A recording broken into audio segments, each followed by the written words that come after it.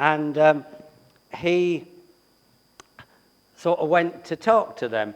Now, the Areopagus, this is in the foreground, that's the Areopagus, the area where it was. And what it looked up to was where the Greek temples were, and that's still there. The Athenaeum is still there, and that's the Greek temples.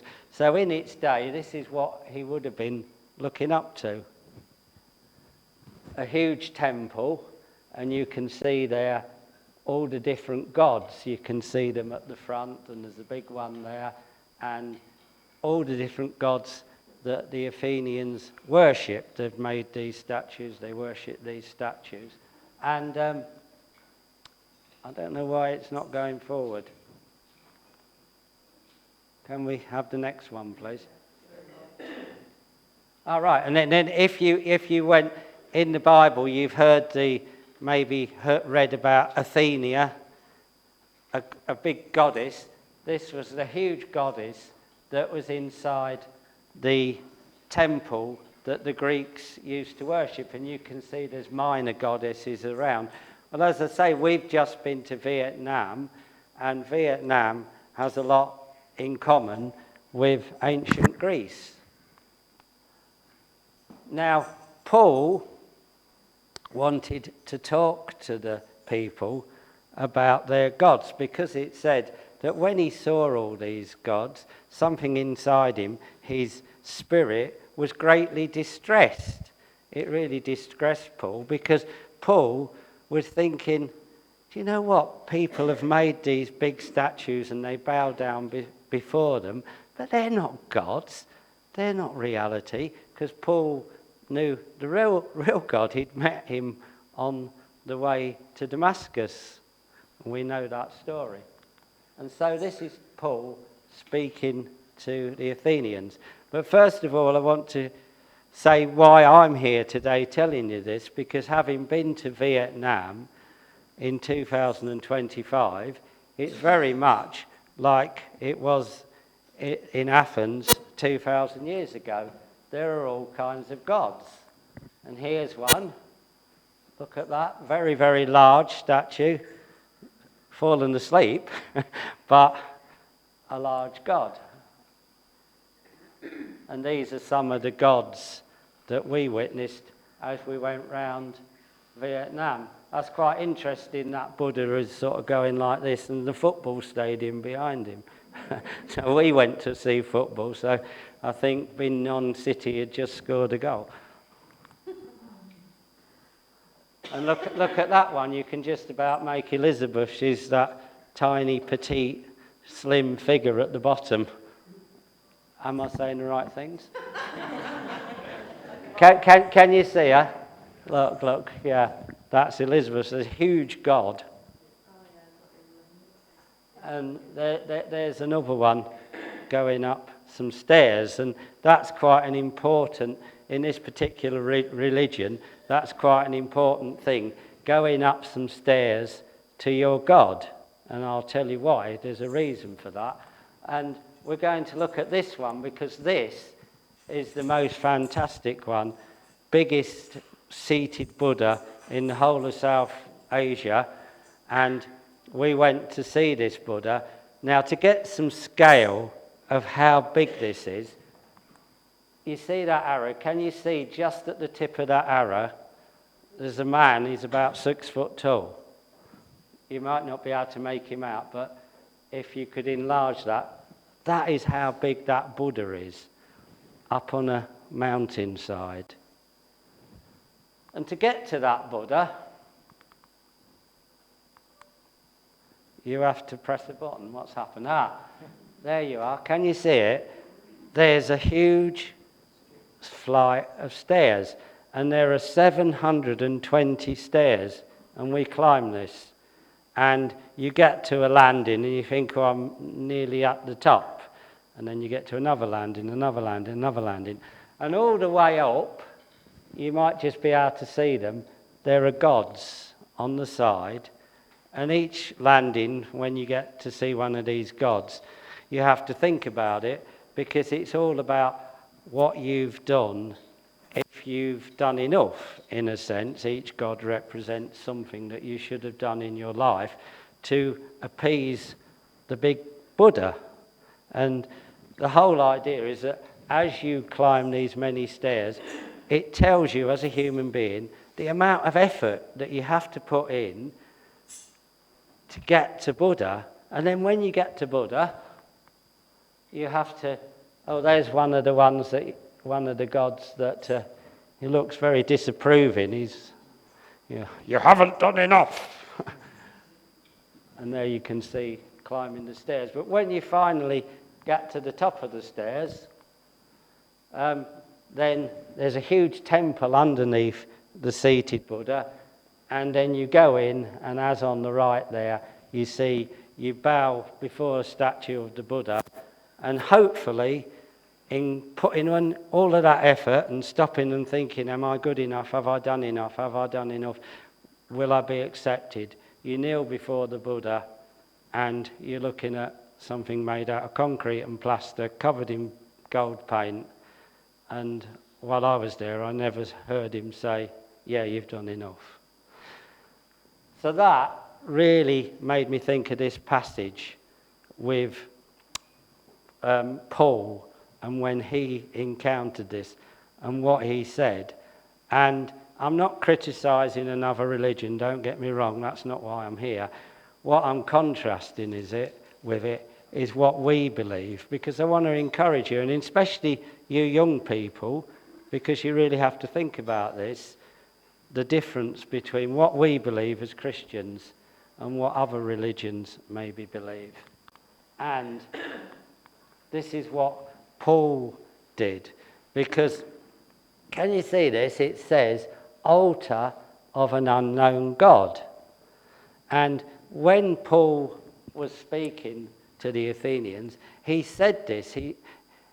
We're fortunate that it's recorded in Acts 17, and I'm not going to read it at the moment. I want you to read it when you go home today to see what Paul said. I'm just going to give you my précis of what Paul said. He basically said, as I was walking around and we saw the pictures of the Athenians with their gods, very much like the Vietnamese ones, he says, as I was walking around, I came across this little niche that you had, and it said, to an unknown God.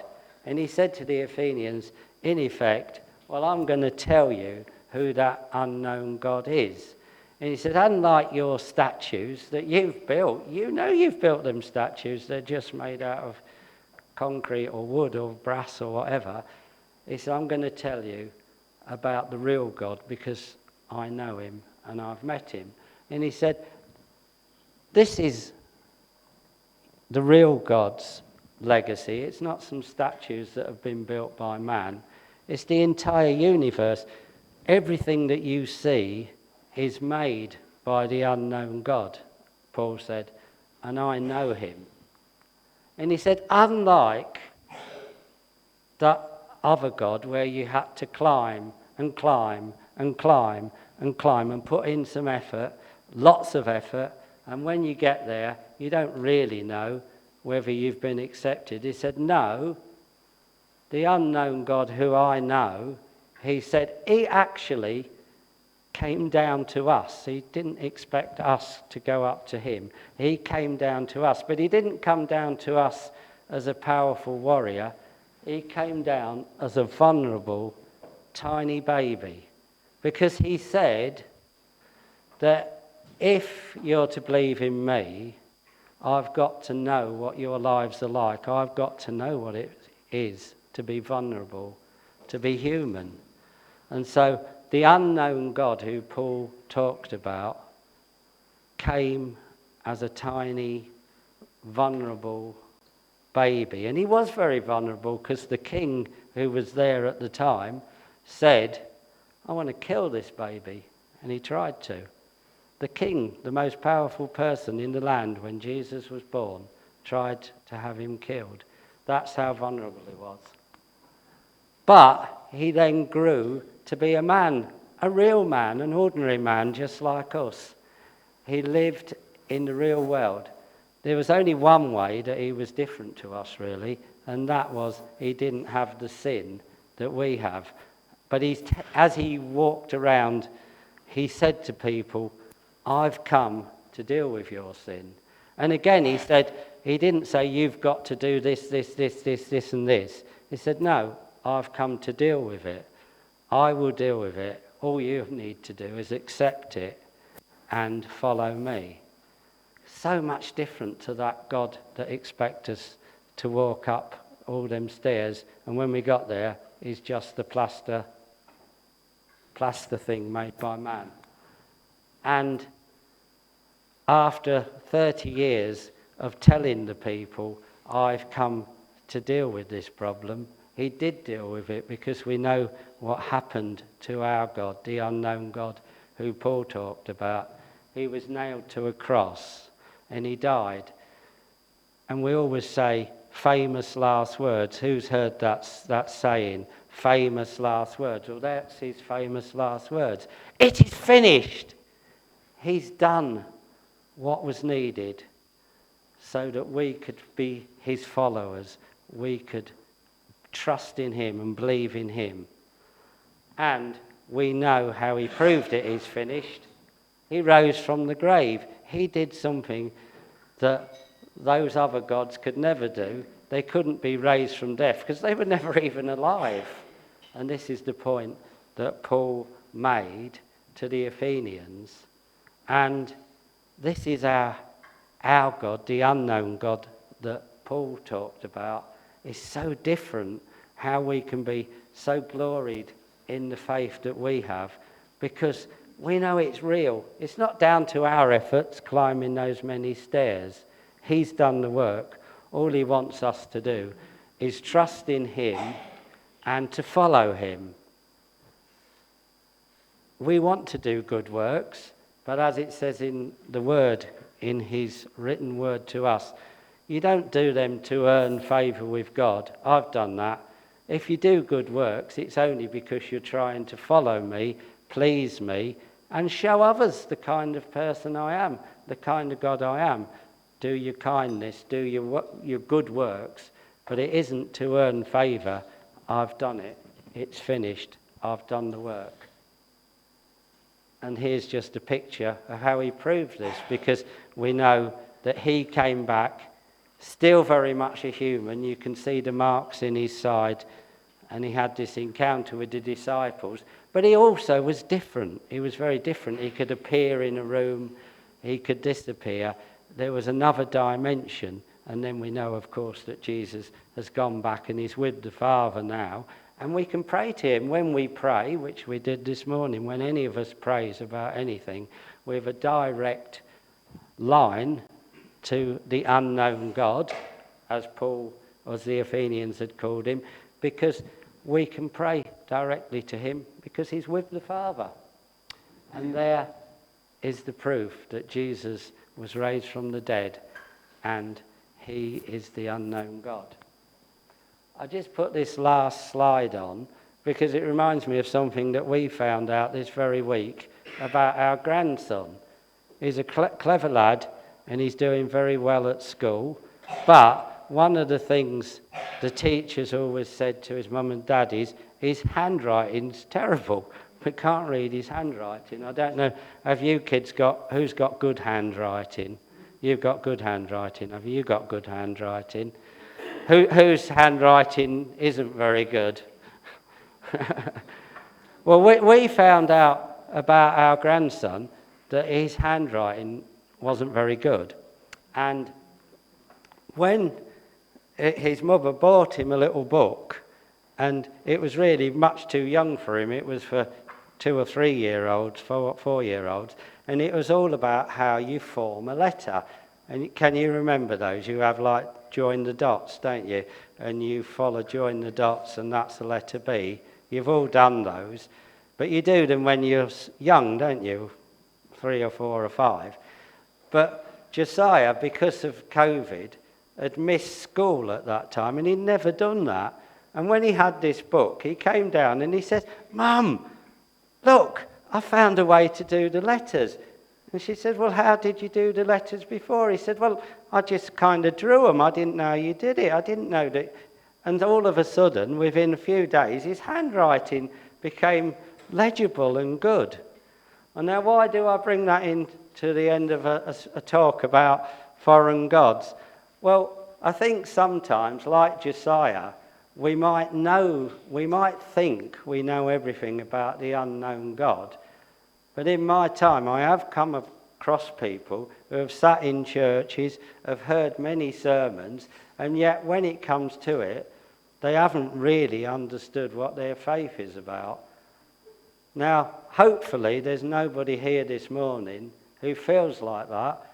I would think that we've all come as Christians. But if you do think like that this morning, if you think, you know what, I don't really understand what he means about I don't have to climb all that ladder, I don't have to impress God. If that question's in your mind this morning, don't walk away and forget about it. I really would say to you, speak to someone, speak to Mark or one of the elders, and just say, do you know what? I feel I'm a bit like that lad with the handwriting. I don't really grasp it. And I would just give you that challenge this morning. For those who know the unknown God, which I hope we do, let's praise him together as we go on with our faith. Thank you.